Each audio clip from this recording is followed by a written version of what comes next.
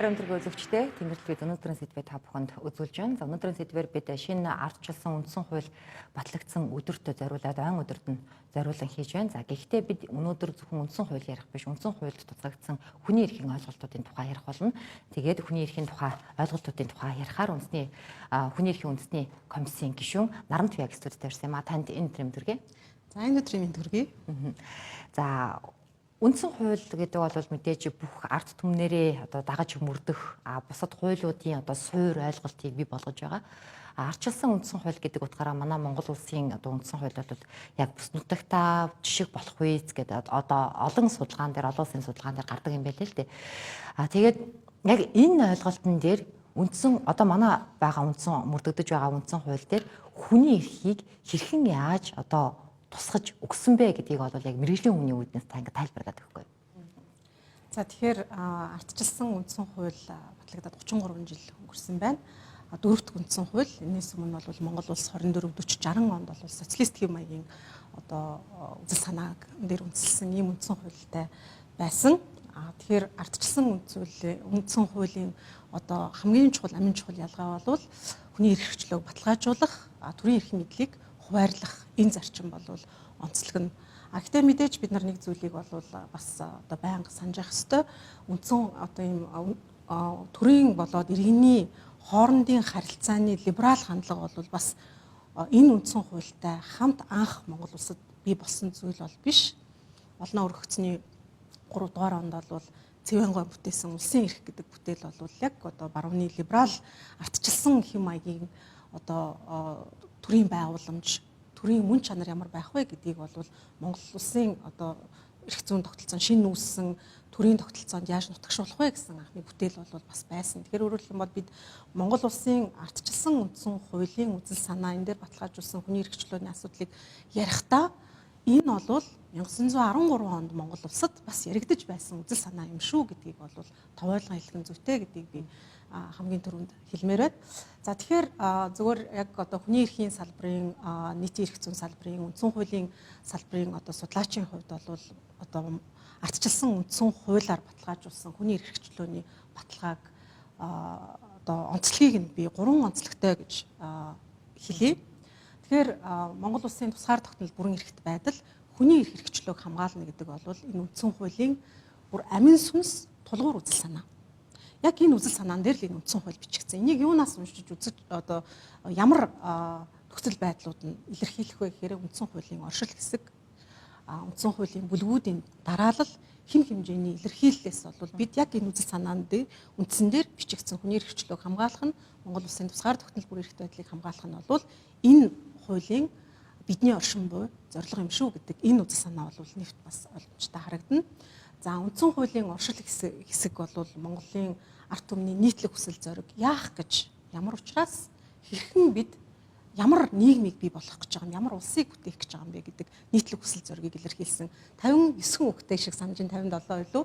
Тэгэхээр 60 үгэнд багтаасан энэ цомхон илэрхийлэл дотор бол энэ үндсэн хуулийн үнэт зүйл зорилго утга учирыг бол маш тодорхой илэрхийлсэн байдаг. Тэгэхээр Монголын ард түмэн бид улсынхаа тусгаар тогтнол бүрэн эрхт байдлыг баттган бэхжүүлж, хоёр дахь хэсэг нь бол хүний эрх хэрэгчлөө, шударга ёс, үндэсний эв нэгдлийг эрхэмлэн дээдэлж, төрт ёс, түүх үндэснийхээ эв нэгдлийг, төрт ёс, түүх соёлын уламжлалыг нандинан өвлөж, хүн төрөлхтний соёл иргэншлийн ололтыг хүндэтгэн үзэж, их орондоо хүмүүнлэг, иргэний ардчилсан нийгмийг цогцлуулан хөгжүүлэхийг эрхэм зорилго болгоно гэж хэлсэн.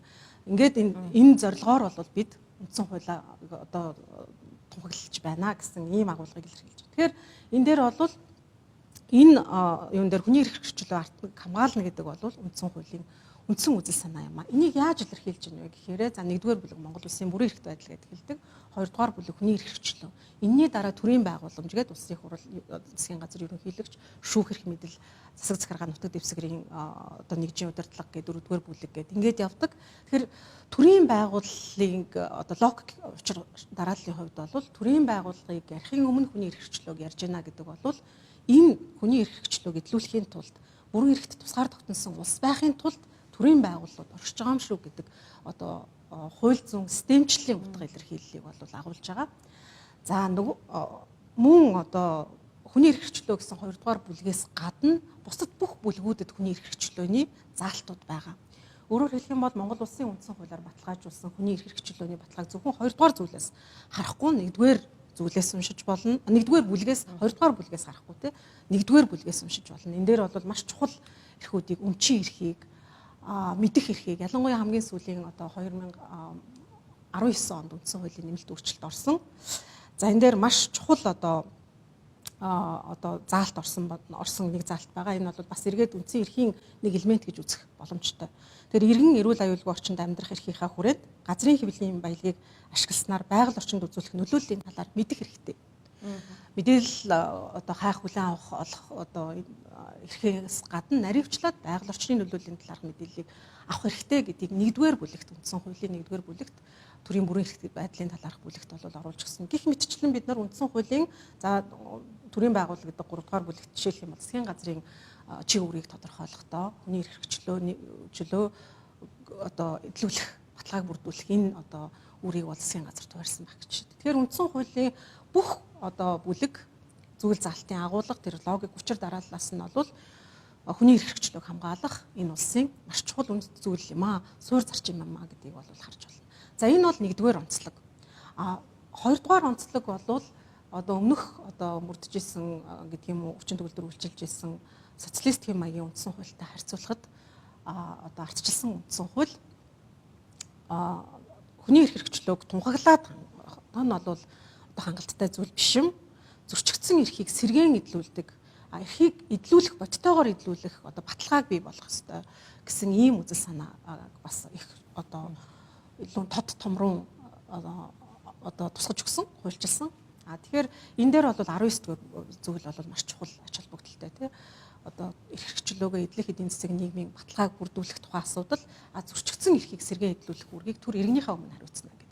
Шүүх засаглал оршин байгаагийн утга учир бол зөрчигдсөн эрхийг сэргээх энэ зорилгод үйлчилж шүүх засаглалыг одоо байгуулж байгаа. Тэгэхээр ийм утга учиртай за энэ бол зүгээр тунхаглаад одоо юу гэдэг чагсаал цуглаан үзэл бодлоо илэрхийлэх хэрэгчлөөтэй гэж байгаа боловч түр одоо нийгмийн бодлогыг шүүмжлэх боломжгүй байсан өмнөх үндсэн хуулиудын өмнө нь бол мэдээж чагсаал цуглаан хийх үзэл бодлоо илэрхийлэх хэрэгчлөө баталгаажуулсан байсан уу байсан тий тэгэхээр гэхдээ энэ удаа бол хэрвээ энэ эрх зөрчигдөх юм бол сэргээх энэ баталгааг бүрдүүлнэ гэдэг үүргийг үндсэн хуулиар олжсэн. За энэ хэлбэрийн төдий биш бодтойгоор хэрэгждэг механизмыг бий болгох үндсэн санаа бол 2 дахь онцлог нь 3 дахь онцлог нь юу вэ гэхээр олон улсын яг одоо түрүүний нөгөө бит хоёрын ярьсан оршил хэсэг дээрээс бас байгаа тий одоо хүн төрөлхтний нийтлэг үндсүүлийг одоо дээр үндэслэж гээд яг энэ агуулгаараа бол нэгдсэн үндэсний байгууллагаас баталсан хүний эрхийн түгээмэл тунхаглал гээд 30 зүйлтэй 1948 онд батлагдсан ийм баримт бичиг байдаг. Энэ бол бас яг одоо хүмүүнлэг үзэл баримтлал соёлыг дэлхийн нийтээр түгээн дэлгэрүүлэхэд дэлхийн олон улс орнуудын үндсэн хуулийн хүний эрхийн биелийг боловсруулахад тулгуур баримтчиг болсон юм одоо чухал агуулгатай баримтчиг. Тэгэхээр хүний эрхийн түгээмэл тунхаглалаар баталгаажуулсан хүний эрх хэрэгчлөөний заалтад үндэслэж маш ойрхон бичигдсэн. За энэтэй холбоотой бас нэг одоо Монгол Улсын үндсэн хуулийн зарчмын нэг чухал онцлог болвол энэ үндсэн хуулийн 10 дугаар зүйл дээр байдаг олон улсын гэрээний үүрэг Монгол Улсын одоо харилцан хамаарлыг илэрхийлсэн ийм зарчмуудыг тогтоосон. Тэр одоо яагаад учир холбогдолтой вэ гэхээр хүний эрхийн асуудалд Монгол Улсын соёрхон баталж нэгдэн орсон олон улсын гэрээ дотоодын хууль тогтоомжийн нэгэн адил үйлчлэнэ гэсэн зарчмыг тогтоосон. Тэгэхээр Монгол улс бол өнгөрсөн хугацаанд хүний эрх хэрэгчлөөг баталгаажуулсан маш олон одоо хүний эрх хэрэгчлөөний асуудал, нийгмийн шударга ёсны асуудал арах олон гэрээ конвенцэд нэгдэж орсон оролцогч ус болсон. За тэрний дотор бол хамгийн ач холбогдолтой нь нэгдсэн үндэсний байгууллагын одоо хүний эрхийн суурь 9 гэрээ байдаг. Энэ 9 гэрээний 8 гэрээ конвенцэд бол Монгол улс одоо оролцогч болсон. Соёрхон баталсан нэгдэн орсон гэсэн үг. Тийм учраас эдгээр гэрээ конвенц бол одоо Монгол улсын хууль тогтоомжийн нэгэн адил үйлчлэнэ. Өөрөөр хэлэх юм бол Монгол улсын үндсэн хуулиар баталгаажуулсан хүний эрх хэрэгчлөөний агуулгыг тодорхойлоход Монгол улсын нэгдэн орсон олон улсын гэрээ конвенц бас агуулгын хувьд хамааралтай уялдаатай тайлбарлана гэсэн ийм зарчмыг тогтоож өгсөн нь бол одоо энэ ардчилсан үндсэн хуулийн хүний эрх хэрэгчлөөний баталгааны 3 онцлог гэж би нэрлэмээр байна. Маш сонирхолтой, маш дэлгэрэнгүй гоё хариулт байлаа. За тэгвэл сая яг Грек конвенц яриад дуусгасан юм чи яг тэр хэсгээс асуугаад явъя гэж бодож байна. Монгол улс мэдээж хэрэг одоо олон улсын Грек конвенцад нэгдэх хэрэгтэй. Гэхдээ энэ нь бас юугаар хязгаарлагдаж болдог вэ? Жишээлбэл үндсэн хуулиар ч юм уу, тий? Эсвэл бидний эрх ашгаар ч юм уу ямар нэг юмар хязгаарлагддаг уу? Тэгэхээр түрүүний үндсэн хуулийн 10 дугаар зүйлд бол Монгол улс үндсэн хуульд харшилсан олон улсын гэрээг дагаж мөрдөхгүй гэсэн заалт байдаг. Тэгэхээр өөрөөр хэлэх юм бол эндээс юу гэж уншигдэж байна вэ гэхээр Монгол улсын нутаг дэвсгэр дээр хамгийн одоо юу гэдгийг давмгайлах хүчин чадалтай эрх зүйн хэм хэмжээ бол үндсэн хууль. Үндсэн хуулийн дараа бол улсын гэрээ ингээд Монгол улсын хууль тогтоомж. Монгол улсын хууль тогтоомж дотор бол одоо нэлээдгүй хувьд нь ер нь бол нэг хэдэн жилийн өмнө 10 гаруй жилийн өмнө зүгээр тооцож үзэж байхад бол 3.2-т нь шахуу энэ хуулийн хэм хэмжээ олон улсын гэрээний заалттай зөрчилдөх юм бол олон улсын гэрээний дагаж мөрднө гэсэн ийм заалт байдаг. Тэгэхээр өөрөөр хэлэх юм бол энэ одоо нөгөө хууль тогтоомжийн ерөнхий эрх зүйн их сурвалжийн дараалал гэвэл үндсэн хууль олон улсын гэрээ хууль гэсэн ийм дараалалаар бол одоо эрх зүйн хэм хэмжээний дарааллыг тогтоосон байна. Гэхдээ энэ дээр бас мэдээж одоо юу гэдгийг цаашаа дэлгэрүүлээд мэрэгжлийн хувьд ярих юм бол эрүүгийн хууль тогтоомжоор Монгол улсад ямар үйлдэл эсвэл гэмтэр гэж тооцохыг бол зөвхөн эрүүгийн хуулиар тогтооно гэсэн тусгай журам үйлчилдэг хэсгүүд бол байна. Тэгэхээр ерөөсөө хамгийн үндсэн зарчим бол Монгол улс үндсэн хуульдаа таага харшилсан олон улсын гэрээ конвенцийг дагаж мөрдөхгүй гэсэн эхний зарчим. Тэгээд мэдээж одоо олон улсын гэрээг батлах сорхон батлагтай холбоотой маш олон шатараалтай процесс явдаг. Энийг олон улсын гэрээний тухай Монгол улсын хуулиар зохицуулдаг. Тэгэхээр хамгийн чухал одоо асуудал бол тэр гэрээний хэм хэмжээг ойлгох.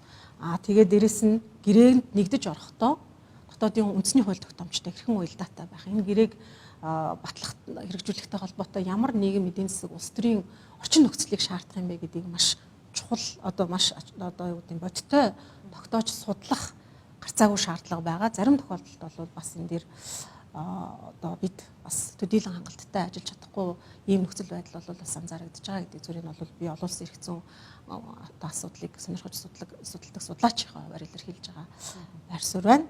За өөр нэг чухал зүйл байгаа. Олон улсын гэрээг яаж хязгаарлалт юм бэ? Олон улсын гэрээ конвенцэд нэгдэхдээ бол тайлбартаагаар нэгддэг бас процесс байдаг.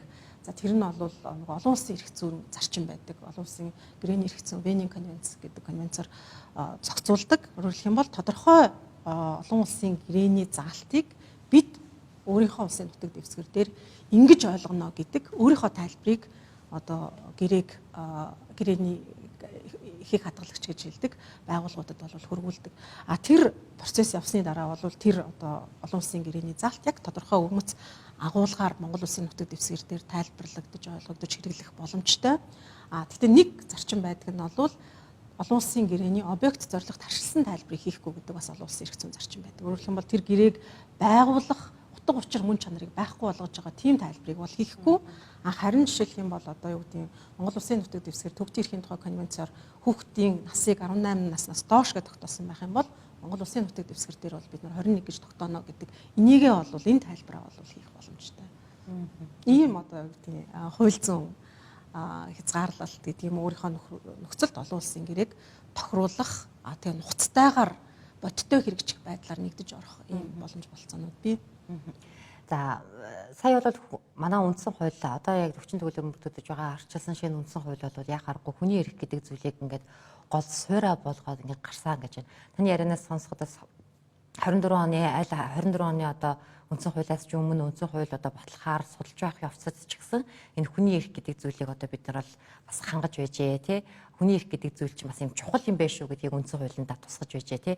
Тэгэхээр одоо тэгвэл одоо энэ хүний эрхийг бид хамгаалахын тулд ганцхан ингээд үндсэн хууль дээр ингээд бичээд өнгөрөх биш. Тэрийг бас нэг хамгаалах, хайрлах, одоо тэрийг одоо зөрчилтөй бол ямар нэгэн зөрчлийг нь илрүүлж арилгуулах тий хүний эрхийг одоо хамгаалах тийм нэг байгууллага яхахгүй байх хэрэгтэй болж таарна. Тэгэхээр энэ нь бол хүний эрхийн үндэсний комисс байх гэж би бодож байна. Тэгэхээр яг энэ байгууллагын хувьд яг гол одоо зорилго, гол одоо үйл ажиллагаа нь.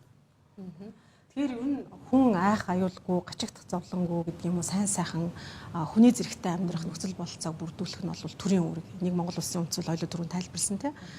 Монгол төр бүхэлдээ эрх чөлөөтэй, аюулгүй одоо ард иргэдтэй байна гэдэг амлалтыг өгж байгаа. Хүний эрхийн үндэсний комисс гэдэг байгууллага ямар чиг үүргийг хэрэгжүүлж байна вэ гэхээр түр энэ амлалтандаа хүрж гэнэ үү гэдэг дээр улс төрөөс хараат бус хяналтыг тавьдаг байгууллага. Тэгэхээр өөрөлдөх юм бол улсын их хурлаас баталсан хууль тогтоомж хүний эрхийн зарчимд нийцэж гэнэ үү? Үндсэн хуулийн зарчимд нийцэж гэнэ үү? Олон улсын гэрээгээр баталгаажуулсан хүний эрх хэрэгчлөөний зарчимд нийцэж гэнэ үү? Эсвэл засгийн газраас хуулийг хэрэгжүүлж байгаа байдал нь одоо энэ хүний эрхийн стандарт хэм хэмжээг хангаж гэнэ үү гэдэг дээр хараат бус дүгнэлт гаргадаг, хяналт тавьдаг хүнлэнгийн байгууллага. Тэр өөрөлдөх юм бол хяналтын механизм watchdog гэж хэлдэг тийм. Хяналтын механизм гэж одоо үндсэндээ чиг үүргийг ойлгож болно. За тэгвэл одоо хүний үндсэн хууль руу гаргаа хаялаа. Үндсэн хууль дээр хүний нөгөө нэг заяагдмал эрх гэж байдаг штэ тий. Хүн төрхөөсөө л ерөөсөө яг тийм эрхтэй. Гэхдээ зарим улс оронд бол тэрийг бас төдийлөн сайн авч хэлцдэггүй байх гэж бодож байна. Тэгэхээр тэр эрхийг бас яаж хамгаалж өгсөн юм бэ?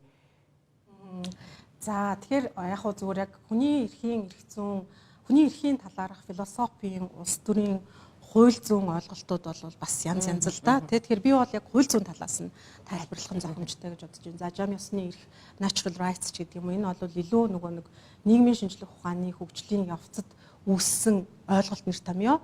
Хүний эрхийг ингэж одоо юу гэдэг онлын түвшинд нь ингэж хуваадаг гэдэг.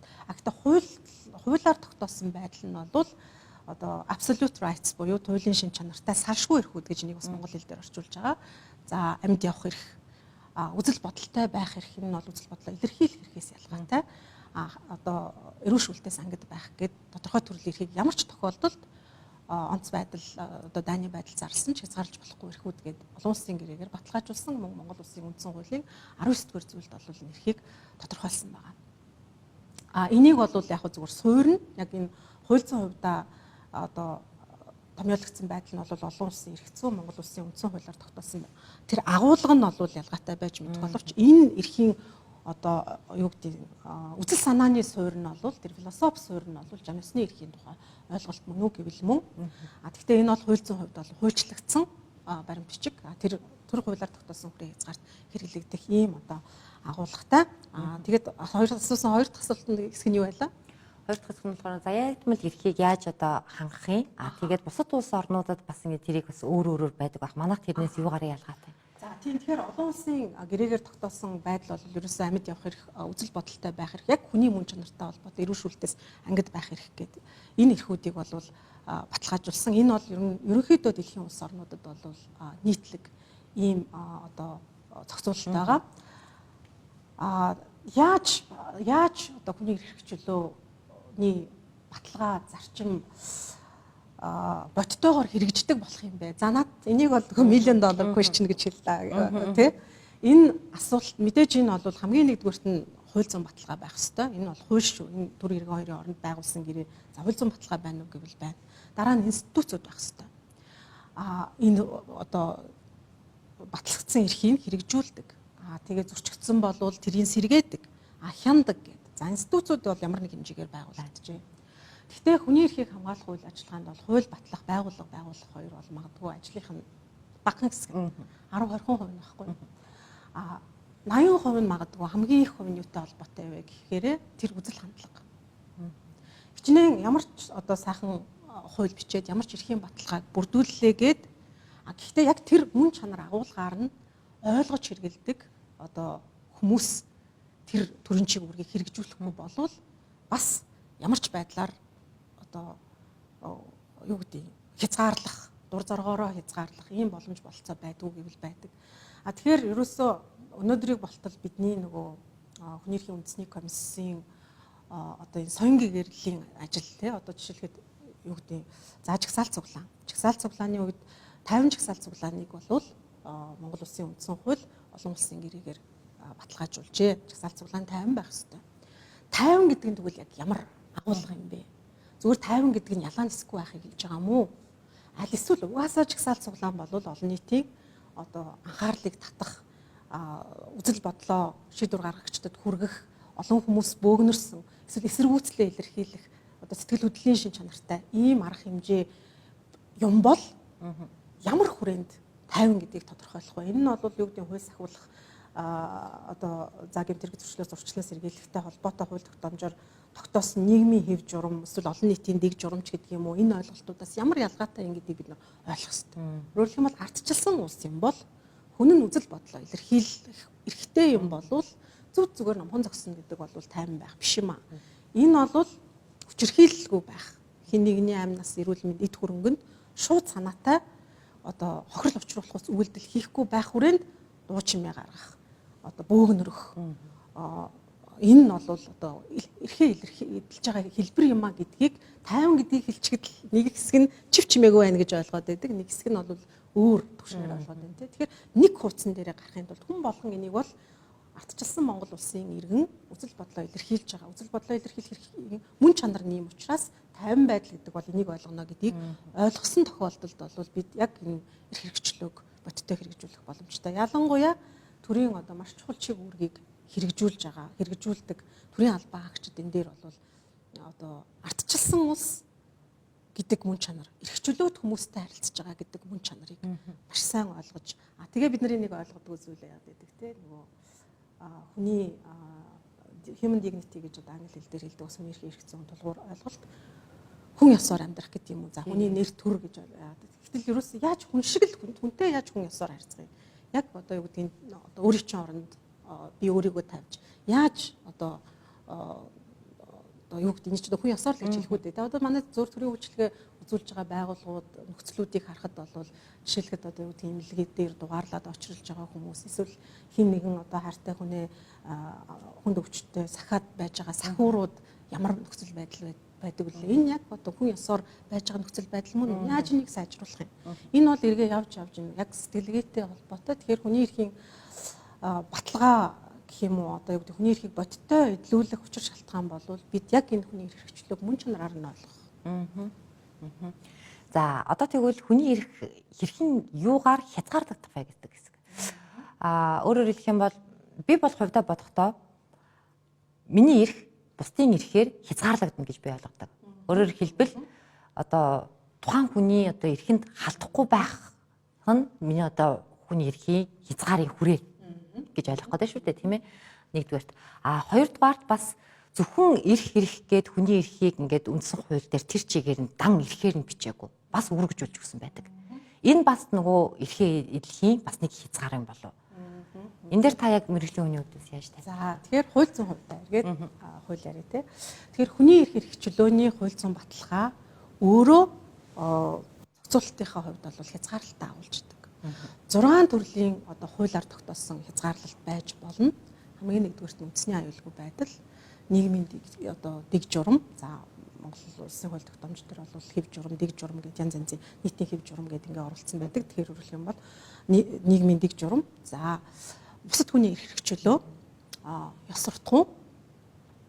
Тэгээд олон нийтийн эрүүл мэнд гэдэг ингэсэн 6 төрлийн хязгаарлах хууль ёсны үндслийг тогтоож өгсөн.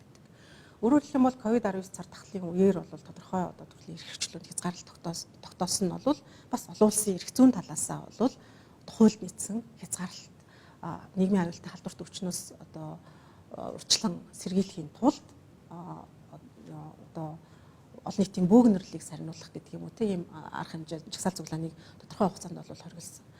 Энэ бол одоо нийгмийн эрүүл мэндийг хамгаалах үднээс хүний эрх хэрэгчлөөг хязгаарлаж байгаа хязгаарлалт. Энэ нь өөрөө олон улсын эрх зүйд Монгол улсын үндсэн хуульд байгаа хязгаарлалт. Тэгэхээр энэ тохиолдолд тэр хязгаарлалт хуулиар зөвшөөрөгдсөн хүрээ хязгаарт байгаа тохиолдолд бол хүний эрхийн зөрчил гэж үзэхгүй. Тэгэхээр хүний эрх хэрэгчлөөний хэм хэмжээ өөрөө хязгаарлалтаа агуулдаг гэж хэлье. За үүргийн тухай ярьлаа. Өнөөдөр дэлхийн тусгаар тогтнолоо хүлээн зөвшөөрүүлсэн 195 улс 193 нь бол бичигдмэл үндсэн хуультай. Эдгээр үндсэн хуулиас бол одоо нэлээдгүй одоо үүргийг иргэний үүргийг бол хуульчилсан байдаг. Тэрний нэг нь Монгол улсын үндсэн хуулийн мөн Монгол улсын иргэний үндсэн болон журамт үүргийг 17 дугаар зүйлд бол тодорхойлж өгсөн байгаа тийм хуульд дээдлэх за татвар төлөх, зэргийн алба хаах, үр хөвгтөө өсгөн хүмүүжүүлэх гэдэг ингээд Монгол улсын иргэний үүргийг бас тодорхойлсон. За энэ үүргийн эрх зүйг одоо юу гэдэг үндсэн үүргийн талаарх ойлголтыг бас одоо бас сонирхож судлах ямар агуулгатай юм бэ? Ямар хүрээнд энийг ойлгож хэрэглэх юм бэ? Хүний эрхийг үндсэн хууль үндсэн эрхийг тайлбарлахдаа тэр үүргийн залтууд ямар одоо байдлаар Уялдаж тийм энэ талаар бол бас судлах сонирхолтой судалгааны цаашид одоо сайжруулах ёстой ийм салбар мөн. За тийм тэгэхээр хязгаарлалт бол байдаг. Тийм. Үүрэг бол бас нэг өрмөц төрлийн зохицуулалт юм аа л гэж товчхондоо хэлэх юм байна. Гэхдээ үүргээр бол яг эрхийг нь хязгаарлахгүй юм байна тийм үү? Яг шууд гэж хэлж болохгүй юу? Тийм. Түрүүний нөгөө хуулиар тогтоосон 6 төрлийн одоо үндслэл байна шүү дээ. Ийм үндслэлээр бол хүний эрхийг хязгаарлаж болно. Гэхдээ хязгаарлах журмыг бас одоо олон улсын эрх зүй одоо хүний эрх зүгээр өөрийн тодорхойлсон байдаг. Хуулиар хязгаарлана. Тэгээд тэр яг одоо хязгаарлах гэж байгаа зорилготой тохирсон хэмжээнд байна. Өөрөөр хэлэх юм бол худал мэдээлэл тараалаа гэд хэвлэл мэдээллийн байгууллагыг бүхэлд нь хаахгүй. Магадгүй тэр худал мэдээлэлтэй хоруу контенттай л ярих хэрэгтэй болохоос вебсайтыг гэдэг юм бүхэлд нь хаах нь бол хүний эрхийн зөрчил юм ямар зорилгоор тий одоо энэ хязгаарлалт хийж байгаа юм бэ. Тэгэхээр хязгаарлалт нь зорилготойгоо нийцсэн байна уу? Хуулиар тогтоосон байна уу? Хууль ёсны зорилготой байна уу гэдэг нөгөө 6-ад нийцж байна уу гэдэг энэ одоо 3 үндсэн шалгуураар жишээлбэл бол хүний эрх зөрчсөн үгүй юу гэдгийг тодорхойлдог. За маш сонирхолтой байлаа. Та бүхэн ярилцах цаг өндөрлөж байна. Тэгээ урилгыг хүлээж аваад студид цаг гаргаж ирсэн танд баярлалаа. Баярлалаа. Надад ч бас сонирхолтой байлаа. Зүгээр яг ийм одоо үндсэн хуулийн утга санаа, утга учир тэгээд хүний эрх хэрэгчлөөний баталгаа бит яаж энэ эрхийг бодиттой болгох юм бэ гэдэг талаар яриаг бас өрнүүлэх боломж олгосонд баярлалаа. Энэ яриаг бол олон хэвлэл мэдээллийн байгууллагууд бас одоо янз бүрийн байдлаар хүргээсэй гэж бодож байна. Цаг маш хурдан өнгөрлөө. Тэглээ. Маш их баярлалаа танд. Өдөртөө бид та бүхэн өнөөдрийн сэдвийг үзүүлээ. За өнөөдрийн сэдвээр бид Монгол улсын шинэ ардчилсан үндсэн хууль батлагдсны ойн өдөрт зориулж хэлсэн. За энэ өдөрт яг үндсэн хуулиуд хүний эрх гэдэг асуудал хэрхэн яаж тусгалаа болсон бид одоо ямар зохицуулалтын дунд ямар одоо эрхтэйгээр энэ нийгэмд амьдарч байгаа юм бэ гэдэг талаарх ерөнхий сэдвийн хүрээнд бид та бүхэнд өнөөдрийн сэдвээ үзүүллээ. Хамт байж анхаарал хандуулсан танд баярлалаа.